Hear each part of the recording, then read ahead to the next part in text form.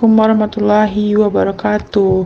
Hai Sobat ITPA, baiklah. Nah, materi pagi ini yang saya ambil yaitu enzim-enzim yang bekerja pada sistem pencernaan. Baiklah, sebelumnya perkenalkan nama saya Gina Mailiawati dengan NIM 21231062.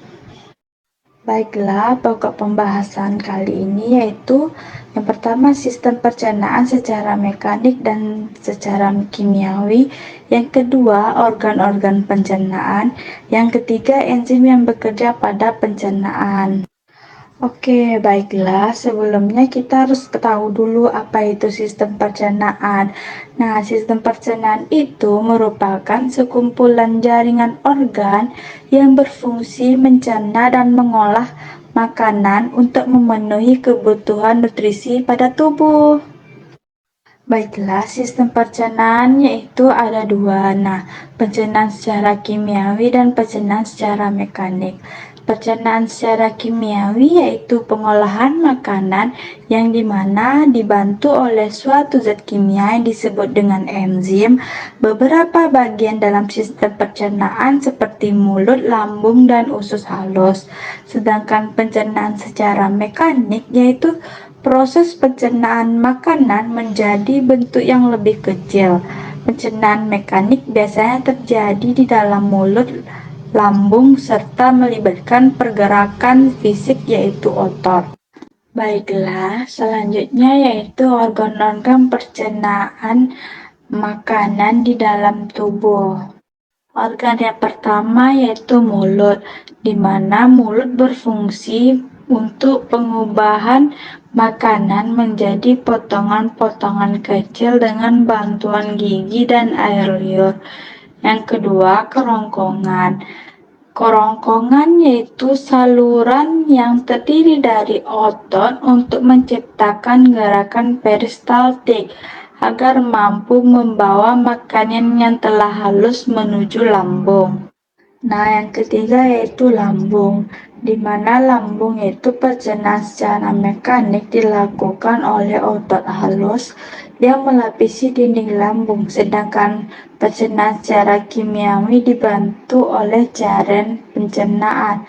Nah, di sini terdapat 3 organ tambahan pencernaan yaitu hati, di mana menghasilkan empedu, memecah lemak, dan membuang racun.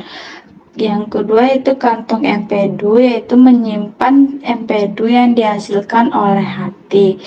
Yang ketiga pankreas, yaitu berfungsi untuk menghasilkan enzim yang membantu memecah makanan. Yang keempat yaitu usus halus, berfungsi untuk mencerna dan menyerap protein, lemak, dan karbohidrat. Yang kelima, usus besar, berfungsi untuk menyerap garam dan air dari makanan, meninggalkan massa lunak yang disebut feses. Yang keenam yaitu rektum. Rektum berperan sebagai tempat penyimpanan sementara sebelum feses dikeluarkan. Yang ketujuh, anus, tempat feses dikeluarkan. Selanjutnya yaitu enzim-enzim yang bekerja pada pencernaan. Yang pertama pada mulut. Nah, pada mulut ini enzim yang terdapat pada mulut itu menghasilkan enzim amilase. Yang kedua yaitu pada lambung. Nah, enzim yang terdapat pada lambung yaitu enzim pepsin yang akan menghidrolisis atau memecah protein menjadi peptid atau campuran dari polipeptida dan asam amino. Yang kedua enzim renin, yaitu mengendapkan protein kasein yang terdapat dalam susu. Selanjutnya yaitu enzim yang dihasilkan oleh pankreas.